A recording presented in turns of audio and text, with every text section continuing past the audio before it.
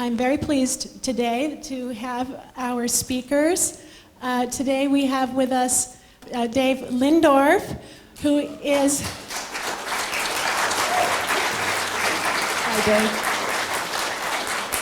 Dave has been an investigative journalist for more than 30 years. He writes prolifically, and he is the co-author of The Case for Impeachment, Legal Arguments for Removing President George W. Bush from Office. He writes regularly for Counterpoint and runs Counterpunch. What did I say? He writes for Counterpunch, and he has a website called thiscan'tbehappening.net. Thiscan'tbehappening.net. I am also very pleased to introduce our next author, who is a former federal prosecutor, and she is author of United States versus George W. Bush et al., Elizabeth de la Vega.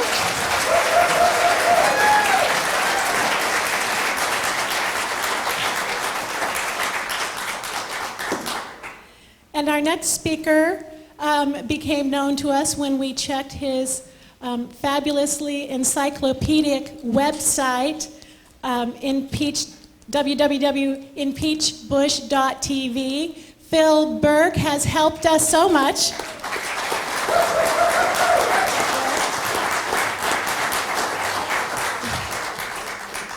Phil has worked very closely with many cities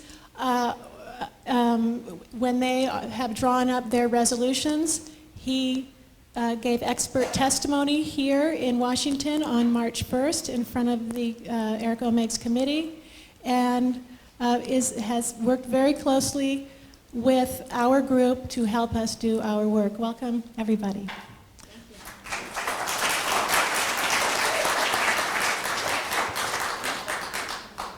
Our first speaker will be Dave Lindorf.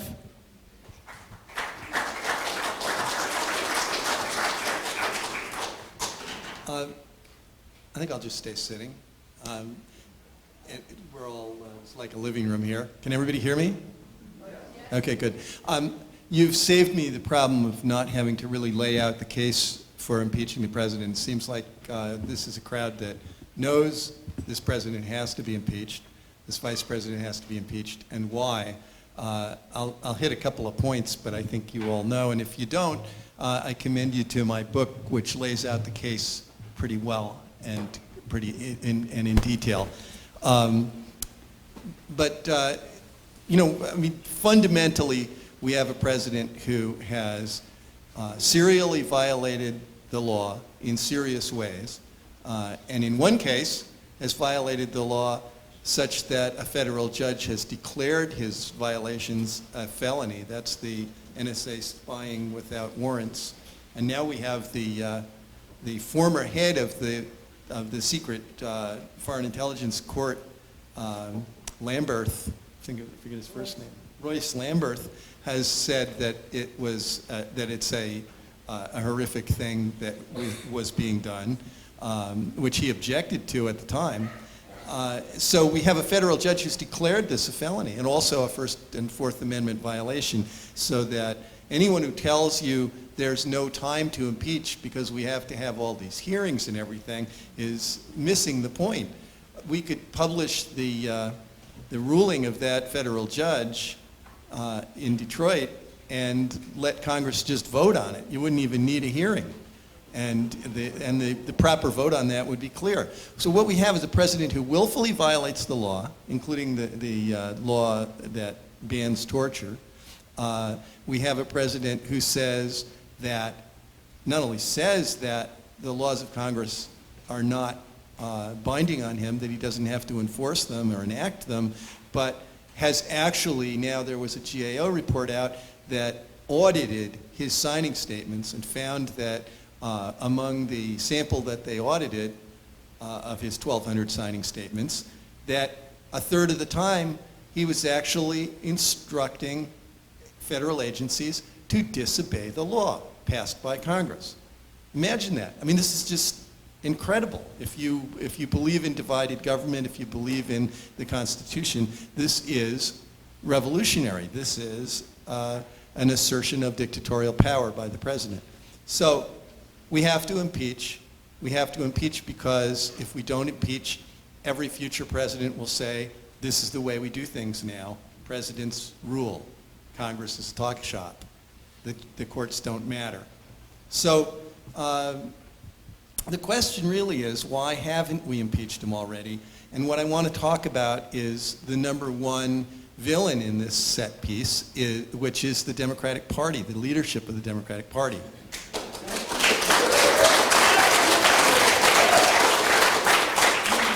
We don't have to lay out the case anymore. We have to find out how to make these guys behave lawfully and as a genuine opposition party, like we elected them to do. Look, we have a Congress which we now know is a do-nothing Congress. We have an opposition party, Democrats, which is not being an opposition party. They've bought the war. They just bought the war, right? $100 billion for Bush with no strings attached. They have done nothing to deal with the crimes of this administration. They said they're going to investigate. They haven't filed one contempt citation against the president, despite the fact that the administration has not responded to subpoenas. They don't even bother to subpoena in many cases where they should be subpoenaing immediately. What are they doing? You know, and they give us all these lines. They tell us, oh, there isn't time to impeach. Oh, it'll get in the way of our important agenda. What important agenda? What have they done? What have they done? They passed a minimum wage law. You guys are paying a minimum wage that's $2 higher than the minimum wage law they passed, and so have most other states. Most American workers are already protected by minimum wage laws that are higher than the one that Congress passed. Thank you very much. And you know what? The one thing they passed was blood money. They tied it to the bill that funded the war. It was blood money. So they haven't done anything. They don't have an agenda, and they're doing nothing. Now we have to ask why. And this is where it really gets ugly. Congress is not afraid. The leadership of Congress is not afraid. What they are is cynical, calculating Machiavellians who are looking at 2008 and they're saying, we have an incredibly unpopular president who's sinking in the polls. We have a Republican Party that is out of favor with the public. And so if we do nothing controversial, if we don't raise our heads, if we don't give anybody a target, we will win in 2008. And that's what they're saying. Now, you may agree with that, or you may not agree with that. But first, and I'm going to challenge that logic, but even if you agree with it, it's criminal to say that, because what we're talking about,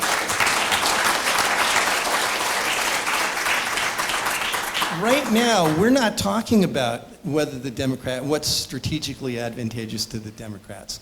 We're talking about survival of constitutional government. We're talking about survival of democracy because it's gravely threatened right now. And people need to recognize how serious that is. So we need to tell Congress, we need to tell our members of Congress that we're sick of this. We want the troops home now, and we want the Constitution protected. Every damn one of them has taken an oath of office that obligates them to uphold and defend the Constitution against all enemies, foreign and domestic. If your congressperson is not doing that, they're violating their oath of office and their promise to you. So that's what we need to do. And it's unconscionable for them to be thinking about 2008 instead of thinking about the Constitution. Pardon? Well, unfortunately, you can't impeach him. You just have to vote him out of office. But I think we need to start thinking seriously about how we sway these people to realize what they have to do and what the penalty is for not doing it. I've had a long, hard time. I'm 58 years old. I've been through a lot of painful elections. And I hate to say how many times I've voted for the lesser evil. But I'm through voting for the lesser evil.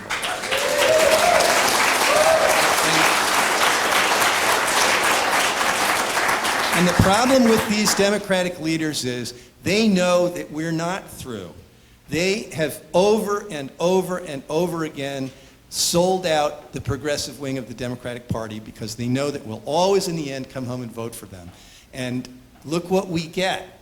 We did it again in 2004. We did it again in 2006. They even managed to sway independents and Republicans to vote for them in 2006 because they said they would deal with this president. They have not dealt with this president. And that's why I was going to say it's even bad strategy on their part, because those independents, and by the way, there's a misconception about independents. Democratic strategists say independents are the middle of the road people that we have to play to. They aren't. They're cynics who've given up on the electoral process because they realized before most of us progressive Democrats that the Democratic Party was going to sell them out.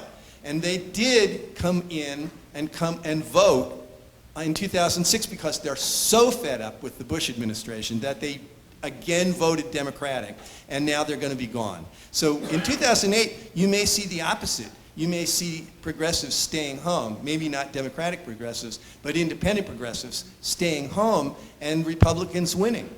And besides, there's a whole factor they haven't really calculated in, which is what happens when there's a third party candidate. So I think they're playing a losing campaign. They're down to 23%, but that's the good news. The good news is that Democratic Congress is now less popular than Bush. That's really awesome, you know? How did they do that? They started out after the election with a 68% approval rating. People were really expecting big things of them. And now people are saying, what are they doing? You know, who are these guys? So they're plummeting in the polls. They'll probably hit the teens if they keep it up. But they're getting nervous now. There are, first of all, you're seeing people signing on to Dennis Kucinich's 333, which is great. You're seeing people starting to talk about impeachment again in Congress. I think that the pressure is mounting. There was an article in the Boston Globe today about the growing grassroots movement for impeachment. That's a first. I haven't seen it in the mainstream press in a year. And so, you know, we are having an impact. And I hope you stay for the workshop part, because what we really need to do is, this is not a big crowd, but if every one of you starts holding parties at home and getting your neighbors in and convincing them, which shouldn't be hard to do, then the numbers will increase. So this is our job.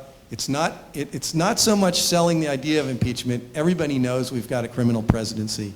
It's pushing Congress to act. And that's our job. Thanks.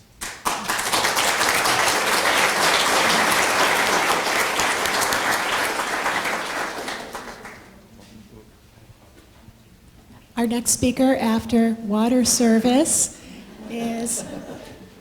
will be Phil Burke, and we need to put the screen down. That's the screen down signal.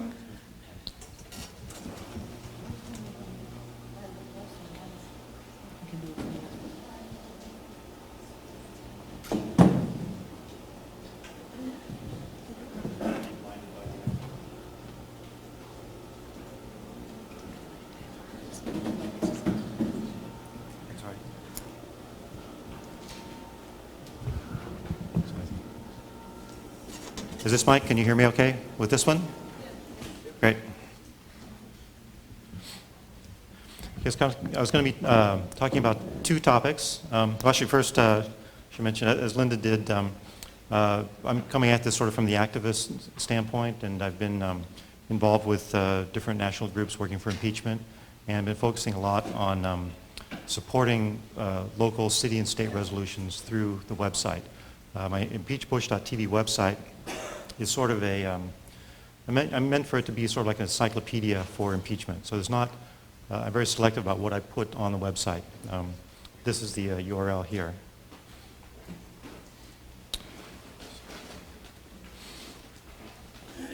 Okay, so section 603, this is a name for that people generally use to refer to these city and state resolutions. I'll explain why it has that name. How it got started is basically that people were frustrated by what was happening in Congress. And, oh, thanks, Ravi. A lot of people were wanting impeachment. They were seeing that were very obvious impeachable offenses going on, and nothing was happening. And they felt like it was falling on deaf ears. And people like to feel like there's progress. So they could go out in the street, they could protest, but they wanted something concrete to happen. And so people found, it was about a year ago, we found in the rules for the House of Representatives, which is called the Jefferson's Manual, a small little footnote, section 603, and it said, in the House there are various methods of setting an impeachment in motion. And one of them was coming from the Judiciary Committee, all the sort of normal ways. And then there was this one, it said, by charges transmitted from the legislature of a state. And it referred to 1903, a judge was impeached by a resolution from a state. And that just really caught people's imagination. They thought, this is something we could do on a local level and actually affect the Congress. And it doesn't mandate impeachment, but it's sort of like if you throw a match down, in the forest, it could start a forest fire, but it doesn't always start a forest fire because it may be raining or whatever. But it can do it, and that was enough to get people fired up and want to work on this.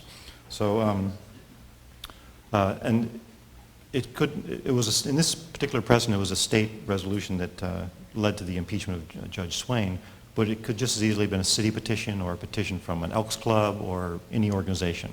It just happened to come from a state.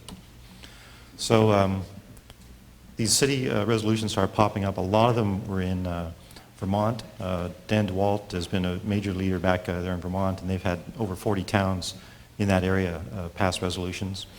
They've had on the ballot in San Francisco, Berkeley, Champaign-Urbana, passed in all the cities.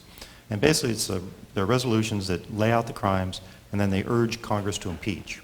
And it's important that these resolutions specifically request that Congress impeach. If that is the case, then they go through a formal process and they get logged in the congressional record, and it can be a good thing. So when a resolution like this is passed, if it has an original signature and it requests Congress to impeach, and it gets sent to the Speaker's office, then theoretically it's supposed to get treated officially. It's supposed to end up in the congressional record and get referred to generally the Judiciary Committee. A lot of times you'll hear from people on the town council saying, this is not our job. It's not the role of cities to comment on things that are federal. There's several things that are wrong with that. One is that every elected official takes an oath to protect and defend the Constitution. That's their primary duty. So they have to do that. If it's necessary, that's their primary job. And fixing potholes or things like that are secondary if the Constitution is safe. So you can point them to this, to items in the congressional record, and if you look in there, you'll see resolution after resolution from cities saying, please pass this bill about immigration, please put a statue in this national area, please do this stuff. Cities routinely send resolutions to the federal government. It's all just part of the process of representation. And if you look on here, you can see the 4 sections in yellow. One of them says, for example, a petition from the town of Woodstock relative to a certain resolution requesting an investigation of the activities of President George Bush and Vice President Cheney to the end that they may be impeached and removed from office. And it says to the Committee on the Judiciary, so that gets referred. Each one of those yellow ones is an impeachment resolution from some town, Shelburne, Massachusetts, and so on. So it is the business of cities to comment on federal matters.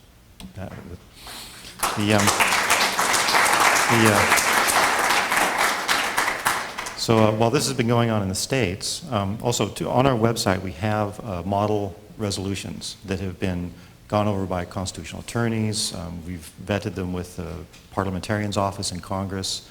They've been, the work of a lot of people have sort of gone over these resolutions, and they've been used as the basis for a lot of town and city resolutions, and also for some of the state resolutions. And I had the privilege of working with Senator Omig and other folks on the Washington resolution, which was derived in part from our model resolution. So, and that's also was used in Mexico and Missouri, I believe. So it's introduced in all these states. All of a sudden it passed in the Vermont Senate. People were working on this for a long time, and suddenly they just got together and just passed it like in a flash, and sort of surprised everybody. In Washington, it was with Senator Omig and others, SJM 8016 came very, very close to passing. And this is a picture from New Mexico with the people when Senator Ortiz-Pino announced the resolution, and people were just there in droves. They were packing the committee meetings. They had huge turnout, much more than they get for normal government resolutions. And so there's a lot of support for this, and it's a very big grassroots movement. So don't believe it in the press when they say that there's not a mass movement. It definitely is. And I believe that even though it passed in many, many cities, like over 70 or close to 100 cities, did not pass in the States, but I think that the entire effort was aimed at getting someone in Congress to listen, trying to get someone to introduce a resolution of impeachment in Congress. And I believe that all these actions did help influence Dennis Kucinich. And so I think that we can sort of declare victory for phase one, that someone in Congress did listen, and now we have a resolution in the Judiciary Committee.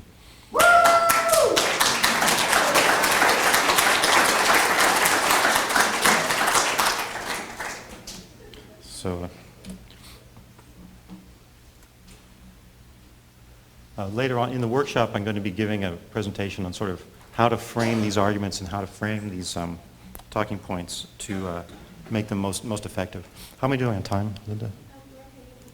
Okay. So in this section, I want to talk about the impact of Bush on the Constitution. And basically, the whole point of this section is to talk about, to give an answer to the question of, heck, it's only like another year and a half. Why not just let him, leave office? It's not that long. Why not? And we hear this argument time and time again. And there's a very good reason why not to allow that. So I'm going to be talking about the impact of Bush on the Constitution, some of the specific crimes, how they relate to the Constitution, and the remedy. And the basic issue here is that this is not, it's not about removing someone from office. It's really about protecting our system of government and protecting the Constitution. Actually, let me just want to check something. Okay. When Bush took office, he took an oath to faithfully execute the office of president and to protect and defend the Constitution. Took it twice, this oath. And I think the only time he thought about doing that was when he was standing up there giving the oath, because all the rest of the time he's been doing the exact opposite. And it's really the primary duty of the president and elected officials. Every elected official has this in their oath, and it's really because the Constitution is what defines American government. I mean, it's the blueprint for American government. You can think of it as like the very DNA. And if the Constitution is ignored or violated, then it undermines the entire system of government. It sort of breaks the foundation. And if we step away from it, then the nation is adrift as far as being a democracy. So one of the clear cases where we all know about how Bush has misled the country about Iraq and the threat from Iraq. And I think Betsy may be going in more detail on some of those issues, and does a great job in her book on detailing that. Specifically, in the Constitution, it very clearly gives to Congress the power to declare war.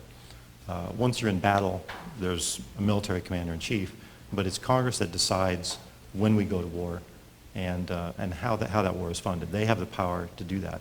And in order for them to have that power, they have to know the facts about it. They can't make a decision unless they have the information and the truth about why we're going to war. So if they don't have the truth, then if the truth is withheld from them, then that's really taking away their power. And so by Cheney misleading them, it undermined this part of the Constitution that gives them this power. HCR 114 was the authorization to use military force against Iraq. And when you look at the whereas clauses in there, it's just like, whereas there's this threat from Iraq, and whereas, Al-Qaeda in Iraq, and blah, blah, blah. And it's like this list of lies that Bush has been putting out. And these are the whereas clauses for this authorization to use force. So it says, whereas all these things, then, okay, I guess you have to, use force in Iraq. And you also have to, come back and give us proof that these things are true. And that's the foundation behind the authorization. But this was rushed through Congress. Congress had this information withheld, and so it really invalidates the whole authorization. I think the legal term is it's fraud in the inducement, that basically you induce someone into signing a contract on the basis of fraud, and that invalidates really. So Bush, he keeps pointing to this thing as like giving him authorization, but he did not uphold his part of the contract, and it's really not valid. He also ignored the Security Council in going ahead and invading Iraq, even though they had voted no. And a lot of people say, yeah, but that's the UN, and they don't. People just don't seem to quite give enough respect to international law that perhaps should be. And they say, well, it's not really binding. It's not, sure we might care about what they think, but not really, and they just really don't care. But it turns out that in the Constitution, there are several things which are really mandated, and they say that all treaties made or what shall be made under the authority of the United States shall be the supreme law of the land. So treaties aren't just something you cross your fingers behind your back and say, oh yeah, we won't invade you or something, and then you go ahead and do it. It's really law. And if you violate an international treaty, you're violating the supreme law of the United States. So both the UN Charter and the Nuremberg Charter were ratified by Congress, and they must be obeyed. And Iraq, being a war of aggression, violated the Nuremberg Treaty, and the UN Charter says we have to use peaceful means, diplomatic means to solve these disputes and not war, and pretty clearly that was violated as well. So Bush is sort of systematically shredding the Constitution with his actions here. The signing statements, David mentioned those. Basically in the Constitution it gives very specific powers to them. All legislative powers herein granted shall be vested in a Congress of the United States with the Senate and the House of Representatives. So they legislate, they make the laws. But if they make the laws and then you sort of invalidate the ones or you sign away the ones that you don't like, you're taking away the power given to them by the Constitution. So Bush is undermining the Constitution when he does that. So he's really undermining our whole system of government. He's supposed to veto things if he doesn't like it. And the thing about a veto is, and it's a give and take, it's checks and balances, and that's really the genius behind this system of democracy is that there's checks and balances. So they're supposed to pass a law, he's supposed to veto it, goes back to Congress, and if it's really ridiculous, if he really shouldn't have vetoed it, Congress can override his veto. But you can't override a signing statement. It's sort of outside the way things work, and it's a way for him to have essentially a veto that cannot be overturned. So that basically undermines the whole way in which the Congress is supposed to be able to pass laws. The illegal wiretaps, I think I'm running out of time, so I'll go quick. 2 minutes, okay. The FISA grants almost every request for a wiretap. The only reason if he was fighting terrorism with these wiretaps, they would give it to him. And there's no reason, if there's an emergency, he got 72 hours to notify them. So if he was fighting terrorism with these things, he could do it. That is not the problem. The Attorney General rejected his request as being illegal, and one could suspect that maybe he's listening to a little bit more than terrorists. I think a lot of people feel that he's, given how Bush's attitude towards dissent in America as being un-American, he might view us as being something close to terrorists. And this is drawing from the ACLU of their vision of sort of how the NSA taps into the Ethernet system, which is where pretty much all email, most telephone communications and all are passing through these large systems, and they can be tapped off and monitored by systems at the NSA that look for keywords, look for, and can listen to thousands and millions of emails and phone calls and find out who's saying things that Bush doesn't like. So this clearly violates the Fourth Amendment of the Constitution for unreasonable searches and seizures, and which shall not be violated, and no warrants shall issue but upon probable cause. So that's obviously against that. A U.S. District Judge, Anna Diggs Taylor, already ruled this unconstitutional. The threat to habeas corpus, and this is a huge area. This is the scary one. This is really scary. I like to think that we're just being paranoid if we worry about this, but more and more I'm thinking that it's very reasonable to be concerned about this. It's basically the foundation right for all other rights. And it's the right that prevents the government from just throwing you in jail and throwing away the key and not giving you any sort of right to challenge that detention. And in the Constitution it says the privilege of the writ of habeas corpus shall not be suspended unless in a case of rebellion or invasion to the public safety. And the Judiciary Committee says this is not the case.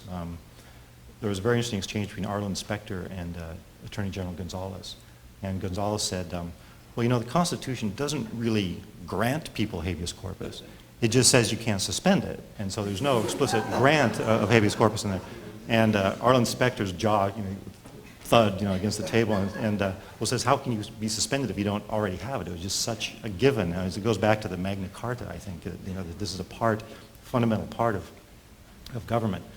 And but you get a feeling for what their idea, their attitude toward this. So the Military Commissions Act of 2006 denies habeas corpus to unlawful enemy combatants. And I thought, well, that's bad, that's bad. And I feel really bad for those guys who are locked up in Guantanamo and, they got declared enemy combatant. I'm sure glad I'm not an enemy combatant. And then someone pointed out to me that, that if they say I'm an enemy combatant, then I lose habeas corpus and I can't challenge it. So they could throw me in jail, call me an unlawful enemy combatant, and I can say, well, wait, I'm not. That's it. So, nope, that didn't work. So, it is something that people need to be concerned about. I don't know how much they're going to use this against dissidents, but it's a little alarming that they're laying the groundwork for that. So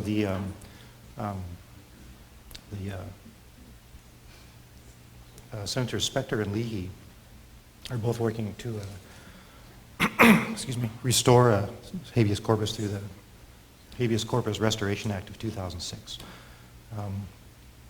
There's a great piece, it looks like so I just want to point out, this is the last slide. If you lose habeas corpus and they throw you in jail without any sort of recourse, you no longer have freedom of speech, that's gone. You can't bear arms or arm bearers, that's gone. No unreasonable search, you're in a dungeon, they can pretty much search whatever part of you they want. Right to trial, that's implicitly gone. That's 5th, 6th, and 7th Amendments. Reasonable bail, no, you're in there for as long as they want. No slavery, they can make you do what you want. Right to vote, gone. So basically, removing habeas corpus completely guts the Bill of Rights. So this is a serious attack on freedoms, on constitutional liberties, and we can't wait until Bush is out of office. We have to address these, point out, we cannot allow his crimes to survive his presidency. Excuse me. We cannot allow these precedents to continue, because then the next president can build on where Bush leaves off. Excuse my voice going. There's water in it right there. Drink the water. Okay. Or my tea. There's water? Yeah. Okay, that's better.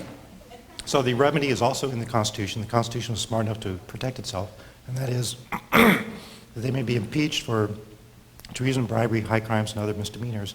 So that's our job here today. And I'll skip through those. So thank you, Linda.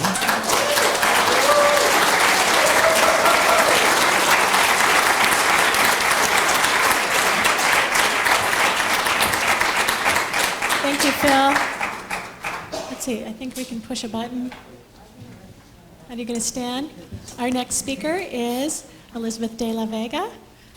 Thank you.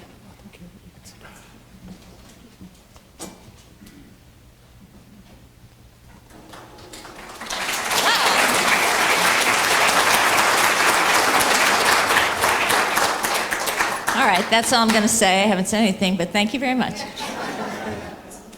I think you look like a great crowd to me, and I want to tell you that since I've been writing things and I wrote this book, Indicting the President, I've been traveling around, and I know you're going to think I say this to all the states, but Washington is my favorite state.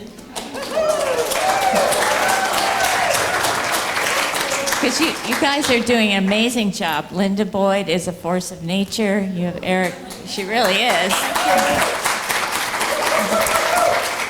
And I seem to have these lovely ladies following me around. They were following me last night, and now they're here again. So I'm very happy to be here. Many of you know, or some of you may know, that I used to be a federal prosecutor. And I like to tell people about that because it has a lot to do with how I ended up on this journey and writing this book. And one of the things, believe it or not, that was absolutely true the whole time I was a federal prosecutor up until the Bush administration came along was that it was not a political entity. There were always different policies under different presidents, and I worked under, I think, I can't actually even remember, 4 different presidents, 10 different United States attorneys. And throughout that entire time, there was only one time I heard a story that had to do with politics. And that had to do with a judge I clerked for many, many years ago when I was right out of law school. And he had been the United States attorney in Minneapolis, and he had been appointed by Nixon. And the story about him, he didn't tell it himself. He was a very modest man.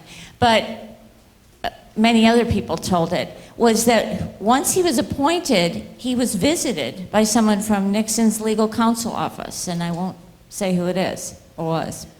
But that person showed up, the man who finally became Judge Renner, came back from his lunch, and there was this fellow visiting him, waiting for him.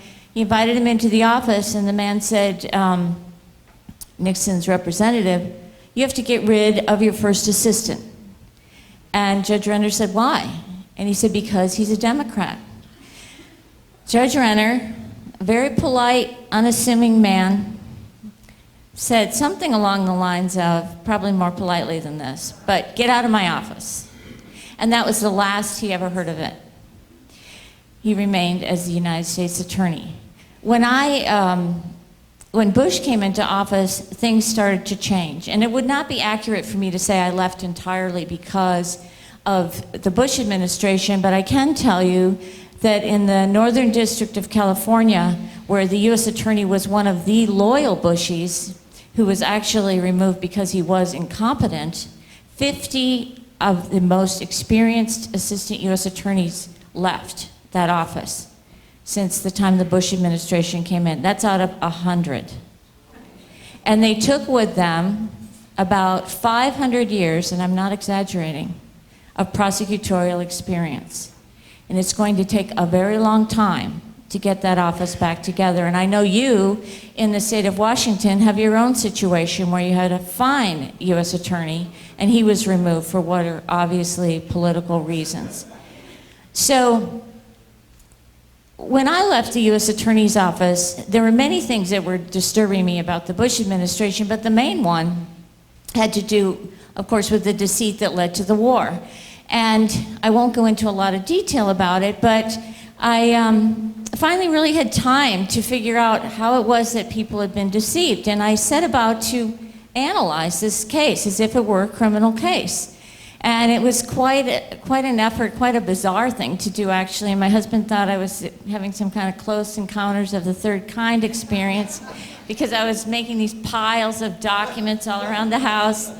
And what I was doing was I was making 2 timelines, one of what the administration knew behind the scenes when they were making these statements and what they were saying and doing publicly. And from that analysis, I was able to put together this book. And for those of you who have seen it, it does have an indictment. And I'm sorry to say it's a hypothetical indictment, but it's still nevertheless quite therapeutic for people to look at. And my purpose in writing the book was not to suggest that the administration should be indicted. My purpose was to show that they have committed and are continuing to commit a fraud that is far worse than any crime that's prosecuted around the country every day. We know that when Vice President Cheney in December of 2001 was telling people on national TV, it's been pretty well confirmed that this lead hijacker, Mohammed Atta, met with the head of an Iraqi intelligence in Prague. That wasn't confirmed. It hadn't even been investigated. So if you were a prosecutor and you went in with a search warrant and you said something had been pretty well confirmed, something incriminating, turned out you hadn't even looked into it, you'd lose your job. Now, so that's one thing. We know that when Bush and Powell and everybody else in the administration was saying there are no war plans on the president's desk, they were saying that right up until right before the invasion, and they were saying it in the summer of 2002, when by that point they had already had about 15 high-level meetings about these revised war plans. They had 5 different detailed plans, and they had their final plan. Okay. Maybe it wasn't on his desk. One might imagine he has absolutely nothing on his desk. But they had the plan. They had the plan. We know that was a lie. And sure, they could say it's technically true, but that doesn't cut it when you're talking about fraud.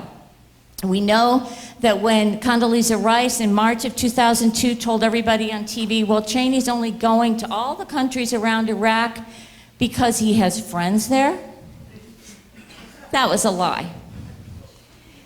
I could go on and on. When Bush was saying in September of 2002, I'm going to start an open dialogue about the war, the invasion had already been going on for months. Donald Rumsfeld had already authorized 50 airstrikes that were likely to kill more than 30 Iraqi civilians. He had not only authorized them, they'd been executed, these airstrikes. Whether there had been more, I'm sure there had been, but the ones that were likely to kill fewer than 30 Iraqi civilians, they didn't have to be approved at all. And the very next day after President Bush announced that he was starting this open dialogue about the war, what happened? September 5th, we launched the largest number of airstrikes against Iraq that we'd launched since 1998. 100 British and US warplanes hit their Western air defense facilities. It was a very short open dialogue about the war. So, and then of course, another blatant lie, right before the war, the invasion began, President Bush stood up in front of the entire world and said we had to invade Iraq because they weren't cooperating with the inspectors. Well, Hans Blix, Mohammed al-Baradei were pleading with the people, with us, not to invade Iraq. They were saying these inspections were working in the main and they needed more time. A flat-out lie.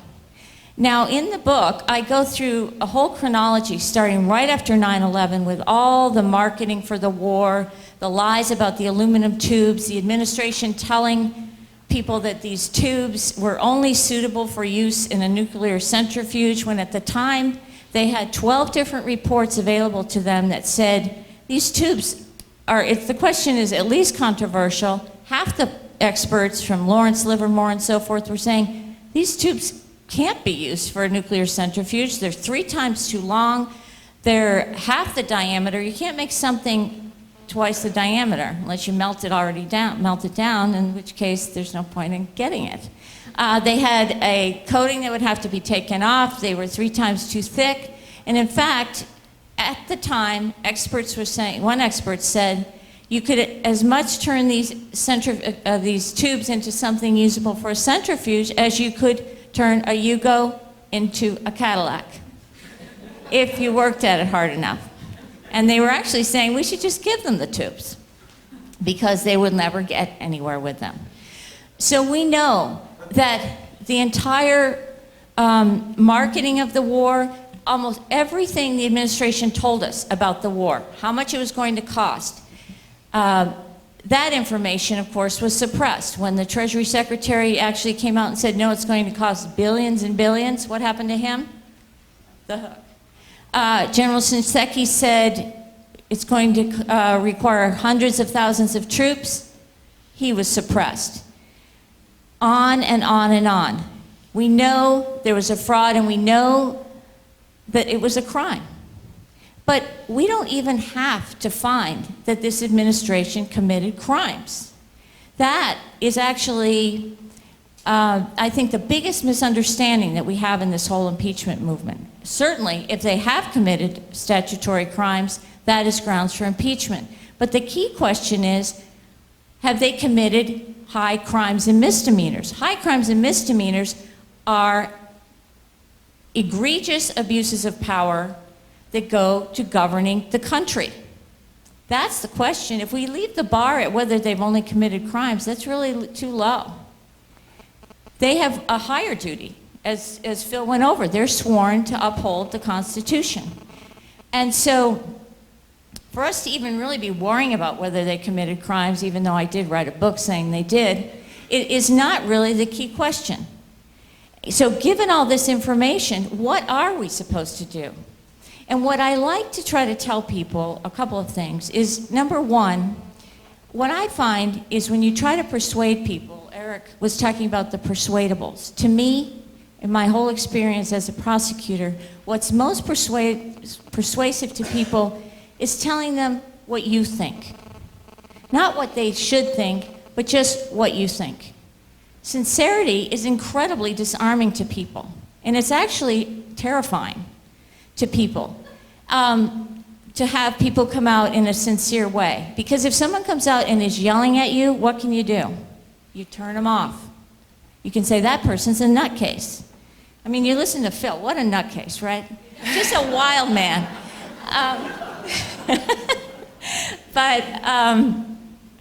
So what to me is most important about this whole movement is that regardless of how discouraging this whole situation is, and you look at this list of all of these violations, and something incredibly horrible comes out almost every single day, and I've been kind of on the road, but I do know now that Vice President Cheney has declared himself to be another branch of government.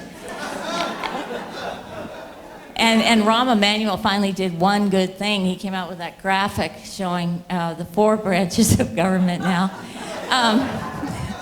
But with all of this, to me, it's really important to remember what is important and what is hopeful.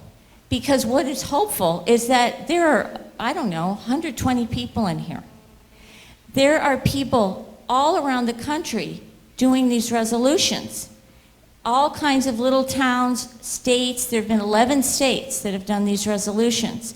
That means that people are still using their voice. Because on top of all of these horrible things that this administration has done, and they are horrendous, they are actually unspeakable, the torture, the illegal war, the habeas corpus, and so forth.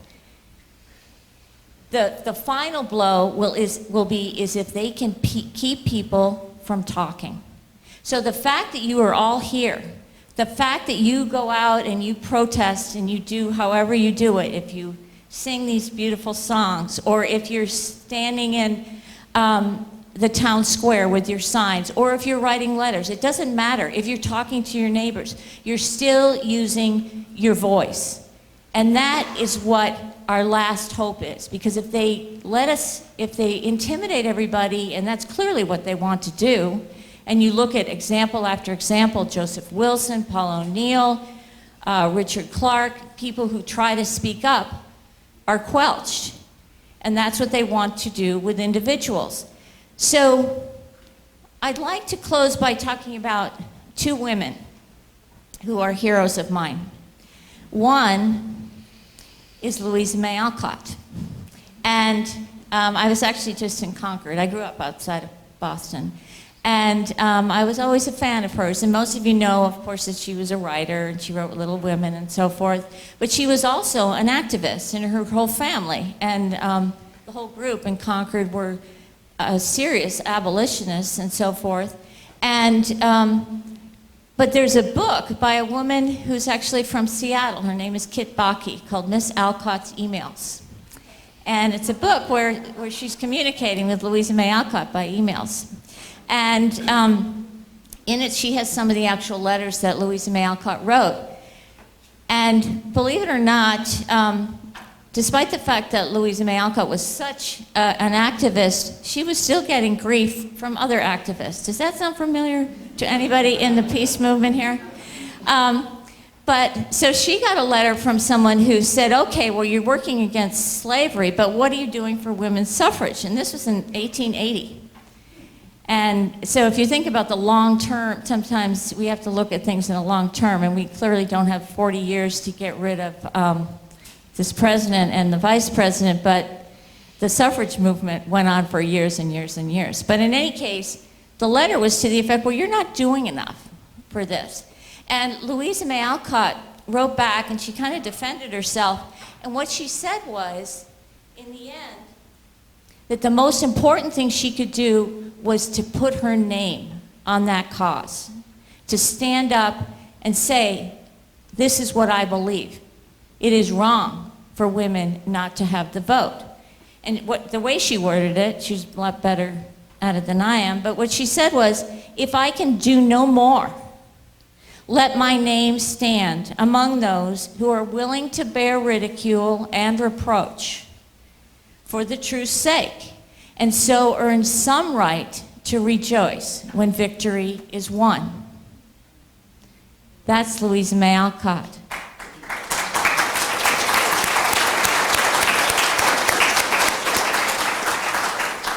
And let me add to that the voice of a modern day woman who just passed away, and that's Molly Ivins. And what she says is we have to do something every day to end this war, to hold this administration accountable. And in my book, I talk about the story of Kitty Genovese, and many of you are old enough to know who she was. She was a woman who was walking home from work in Queens in, I think, 1963, and she was stabbed repeatedly over a course of over half an hour. 38 neighbors heard or saw what was going on, and none of them called the police. And at the time, that story, that incident rather, was seen as evidence of the indifference of people in urban communities. But there was a study done, and it showed that really it wasn't so much that people were indifferent in that kind of situation as bystanders, but it was more actually what Eric was talking about. People think that maybe nothing's so bad. People in large groups see something going on. If no one else is doing anything, they think, well, maybe this isn't such a big deal. Or, of course, they think someone else will do something. But we know this is a big deal. We know that the Bush administration used fraud, used the most cynical Machiavellian means to get us to invade a country 8,000 miles away that had done absolutely nothing to us, that has led to deaths of 3,500 or more soldiers, American soldiers, well over 650,000 Iraqis, 2 million homeless or displaced Iraqis, the equivalent of the state of California, proportionally to this country, half a billion, I don't know, I get the number wrong in terms of the cost, on and on and on. We know this is a big deal. So we know this. It's our job to tell everybody else what we know, and it's particularly our congressmen. There is a crime that has been committed. It's an ongoing crime, and we cannot just shrug our shoulders and walk away. That's not a radical idea. That's a human idea. What is your most important reason to impeach members of the Bush administration? I have two, and one is in terms of importance, not in terms of success, but in terms of importance, I think the war clearly, because there hasn't been a greater crime committed than than destroying a country and sending American soldiers to their deaths and their dismemberment and everything else on a lie. That just, and I think, you know, you make that argument so well that this was totally criminal from top to bottom. So that's one. And the other, I think, is this claim that the president has that he's above the Constitution, that he's a dictator, and that's what he's declared. For me as a motivator, I'm a computer systems designer, and I really like seeing a beautifully well-designed system. It's just, to me, that's like a work of beauty. And the Constitution and the democratic government that comes from that is just like this beautiful work of art. It's sort of like standing in the Louvre and watching someone like throw their Coke or something on the Mona Lisa, and it's like, no, you stop. I'm seeing this work of art being destroyed, and that's something I just cannot abide with. So that's a motivator for me. And just one other point to me is that overall we need to draw the line, and this is implicit in both what Phil and Dave said. We need to draw the line as far as future presidents go, and we need to tell the world this is not our country. This is not how we act. How do we go around the world?